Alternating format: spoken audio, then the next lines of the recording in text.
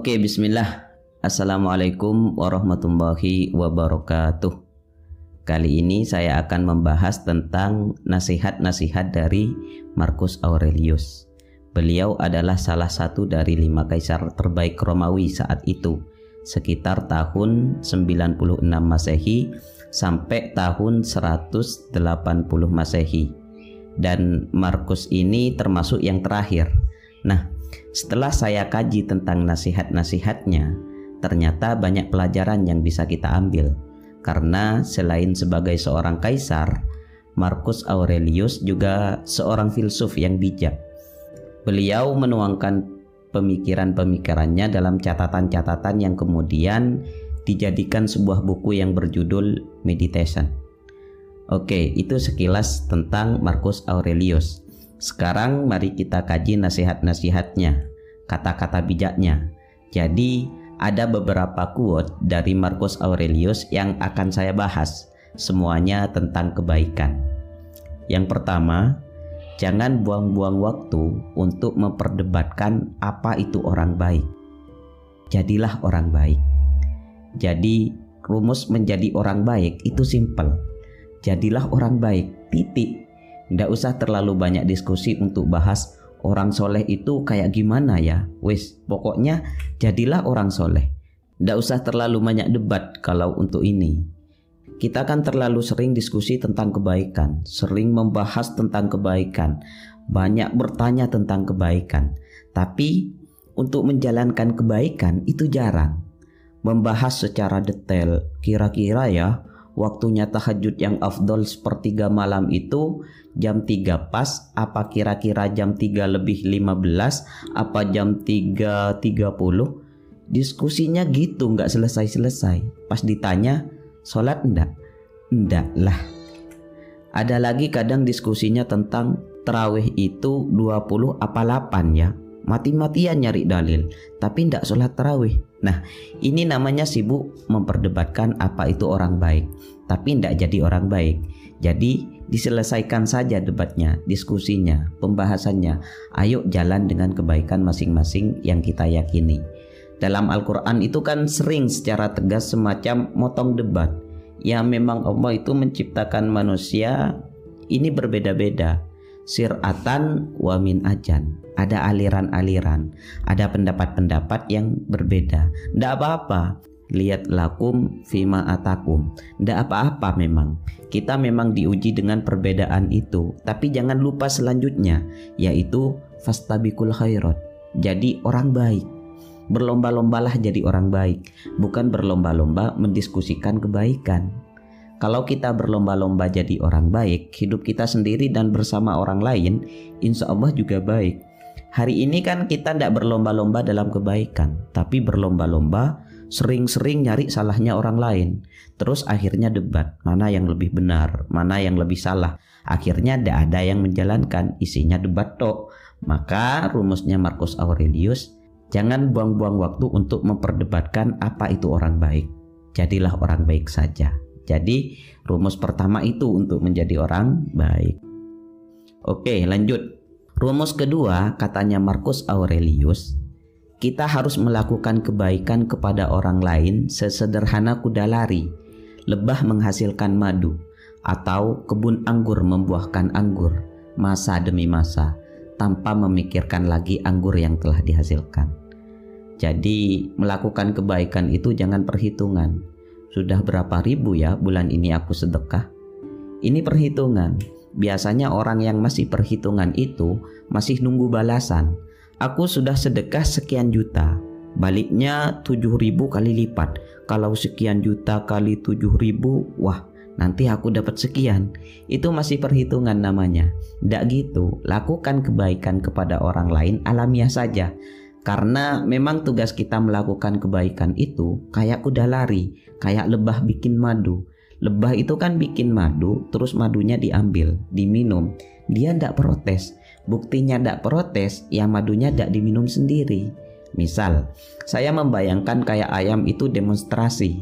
Ah, males aku sama manusia. Aku ndak mau bertelur saja kalau gitu. Oh, itu berapa kerugian manusia yang punya usaha telur? Pengusaha-pengusaha martabak pasti bangkrut semua. Tapi ayam kan tidak mikir ke sana, dan kita tidak pernah berterima kasih sama ayam, bebek dan kawan-kawan. Padahal berapa persen hidup kita sangat tergantung di sana. Tapi ayam, mereka sudah menjalankan tugasnya dengan baik. Jadi tinggal kita sekarang untuk menjalankan tugas dengan baik. Kita melakukan kebaikan kok masih nawar, masih nunggu balasan, masih minta dikasih pahala double, berarti kebaikan kita masih belum sempurna. Jadi jalankan kebaikan itu secara natural alami, tanpa harus mikir, tanpa harus nagih-nagih, kita dapat apa. Jadi rumus kedua itu, rumus pertama, jadilah orang baik saja, titik. Rumus kedua, jalankan kebaikan secara alamiah, tidak perlu terlalu banyak mikir, terlalu banyak pertimbangan.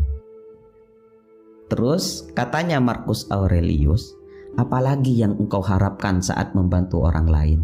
Tidak cukupkah bahwa engkau sudah menjalankan tuntunan alam? Engkau meminta imbalan juga? Ini pertanyaan dari Marcus. Seolah matamu mengharapkan balasan juga saat melihat, atau kakimu saat berjalan. Padahal untuk itulah keduanya diciptakan. Bayangkan kalau anggota badan kita minta imbalan. Misal kaki kita setelah dipakai jalan, aku capek sekali, pijat dulu kalau mau jalan lagi. Kan tidak gitu. Ya memang tugasnya kaki untuk jalan, tugasnya mata untuk melihat. Mereka nggak minta pahala, mereka nggak minta bayaran pada kita. Mata dan kaki kita menjalankan sesuai fungsinya. Jadi kalau kita melakukan kebaikan apapun, katanya Marcus, nggak usah berharap imbalan apapun. Karena tanpa imbalan, hidup kita sudah bisa nikmat ketika kita bisa menjadi orang baik. Nah, biar kita bisa menjadi orang baik, coba ingat ini. Siapapun yang melakukan kesalahan, ia bersalah pada dirinya sendiri. Siapapun yang melakukan ketidakadilan, ia melakukannya kepada dirinya sendiri dengan membuat dirinya sendiri jahat. Jadi kesalahan apapun yang kita lakukan, itu sebenarnya kita sedang bersalah pada diri kita sendiri. Man amila solehan fali nafsih wa man asa fa'alaiha. Barang siapa yang beramal baik, itu ya untuk dirinya sendiri, dan barang siapa beramal jelek juga untuk dirinya sendiri. Nah, kalimat ini cocok sama dalil itu. Jadi kebaikan itu lawannya salah, dan ketika kita melakukan kesalahan, yang kita hancurkan adalah diri kita sendiri, bukan orang lain, meskipun salahnya pada orang lain. Oke, rumus selanjutnya dari Marcus Aurelius tentang menjadi orang baik, ini juga sama-sama simpelnya. Kalau tidak benar untuk dilakukan, jangan lakukan. Kalau tidak benar untuk dikatakan, jangan katakan. Ya, kalau ini tidak perlu dijelaskan lagi, tinggal dipraktekkan saja. Terus rumus selanjutnya, jangan bertindak seolah engkau akan hidup 10 tahun lagi. Kematian akan menggantungmu. Saat engkau masih hidup dan masih memiliki kekuatan, lakukan kebaikan. Karakter yang sempurna itu hidup tiap hari seakan hari ini terakhir, tanpa membuat kacau, tanpa tidak peduli, tanpa pura-pura. Jadi katanya Marcus, kalau ingin melakukan kebaikan, lakukan kebaikan itu sekarang. Tidak usah nunggu nanti, tidak usah nunggu besok. Jangan, besok sajalah kalau sudah tua, nanti saya taubat, nanti saya akan jadi orang baik. Loh, kok nunggu besok? Durasi kita terbatas loh. Sementara kalau kita berbuat baiknya nanti, bertaubatnya besok-besok, kalau tidak sempat berbuat baik atau tidak sempat taubat, gimana? Jadi ayo lakukan kebaikan sekarang, sesuai dengan power kita, sesuai dengan kekuatan kita. Saya sedekahnya besok ajalah kalau kaya. Loh, iya kalau kita kaya. Kalau enggak, kan sumpek lagi kita. Ya sudah, semampu kita, seikhlas kita. Sekarang sedekahlah. Nunggu apa lagi? Kan gitu. Kita membayangkan hidup 10.000 tahun lagi, ya enggak mungkin katanya Marcus. Sepanjang-panjang usia kita paling berapa? Paling mentok mungkin 60-70. Kalaupun lebih, itu ya bonus. Jadi rugi kalau kita sampai enggak jadi orang baik. Makanya ayo sama-sama segerakan melakukan kebaikan. Sekarang tidak usah terlalu banyak rumus, tidak usah mikir sebentar, saya ingin persiapan dulu, saya ingin memantapkan diri dulu. Kalau jiwa saya sudah siap, sudah matang, baru saya hijrah jadi orang baik. Nggak usah gitu. Begitu kita tahu itu kebaikan, jalankan. Nunggulah, jangan sekarang, saya belum siap. Lah, nunggu kapan lagi? Wong kita ndak bisa jamin umur kita bisa sampai besok pagi atau sampai minggu depan. Jadi ayo sama-sama melakukan kebaikan mulai sekarang. Tinggalkan hal-hal yang membuat kacau, tinggalkan rasa tidak peduli, dan tinggalkan berpura-pura baik. Oke, kemudian rumus kebaikan yang lain dari Markus adalah sesuatu yang menggelikan saat seseorang tidak menghindar dari keburukannya sendiri, yang mungkin dilakukan namun lebih suka menghindari dari keburukan orang lain yang tidak mungkin dilakukan. Memang menggelikan, jujur kita ini kan jarang berbuat baik, tapi malah lebih suka membahas keburukannya orang lain. Itu kalau dikalkulasi, kita itu defisit. Bahas salah orang terus, itu kan defisit. Padahal kita berbuat baiknya jarang. Jadi jangan terlalu ribet, jangan terlalu peduli, jangan terlalu sumpek dengan pandangan komentar orang lain, keburukan-keburukan orang lain. Orang lain punya dunianya sendiri. Jadi kita jangan sibuk dengan keburukannya orang lain. Seolah-olah kita ingin orang lain jadi baik, tapi kita lupa dengan keburukan diri kita sendiri. Tugas kita kan paling mentok mengingatkan, dia berubah atau tidak di luar kuasa kita, tapi kita berkuasa terhadap diri kita sendiri. Makanya paksa diri kita untuk menjadi baik. Jadi harusnya kita lebih sibuk di sini. Oke, itu nasihatnya Markus. Terus katanya Markus, saat bertindak jangan menunda-nunda, saat berkata jangan membingungkan orang lain. Saat berpikir jangan sesat. Dalam jiwamu jangan pasif atau agresif. Dalam kehidupanmu jangan hanya mencari keuntungan. Jadi sekali lagi, lakukan kebaikan segera. Jangan ditunda-tunda. Kalau perlunya ngomonglah yang bisa dipahami orang dan bermanfaat. Jangan ngomong yang cuma membingungkan orang, apalagi menyakiti. Berpikirlah yang jernih. Kemudian mental kita harus mental aktif, tapi tidak agresif, apalagi pasif. Aktif itu selalu mengejar, mencari yang lebih baik, lebih benar. Kalau agresif itu nyari-nyari kesalahannya orang lain. Kalau pasif itu tidak ngapa-ngapain, nunggu takdir. Terus, hidup jangan hanya menggunakan kalkulasi untung rugi. Kita akan kecewa, kita akan kehilangan banyak malahan.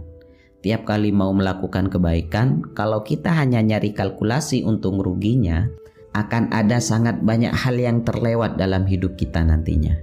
Maka Markus ngasih rumus 5 itu. 1. Bertindak jangan ditunda. 2. Berkata jangan membingungkan. 3. Berpikir jangan sesat. 4. Jiwa jangan pasif atau agresif. Dan yang kelima, hidup jangan hanya mencari keuntungan. Karena kalau kita hanya mencari keuntungan semata, maka kita justru ketemunya dengan kerugian. Terus yang terakhir, ini nasihatnya Marcus Aurelius. Kebaikan tak terkalahkan, asalkan tanpa sanjungan dan kemunafikan. Kemunafikan berarti baiknya pura-pura, berpamrih, ingin disanjung, ingin dipuji. Jadi kebaikan itu akan rusak kalau ada pamrihnya, pengen disanjung. Kebaikannya tidak dilakukan dengan tulus, cuma pura-pura. Tapi kalau baik kita tulus, tidak pura-pura, maka kebaikan kita tidak akan ada yang mengalahkan.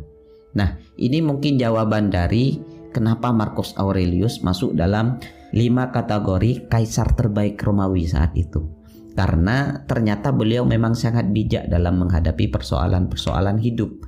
Sehingga sedahsyat apapun kepahitan hidupnya, kesulitan yang dihadapi, dia bisa bertahan sampai akhir. Dan jadi salah satu paling menonjol dari Romawi. Nah, tentu ini patut kita jalankan nasihat-nasihatnya, patut kita tiru, patut kita teladani. Oke, baik, saya kira itu. Saya akhiri sekian, kurang lebihnya mohon maaf. Wassalamualaikum warahmatullahi wabarakatuh.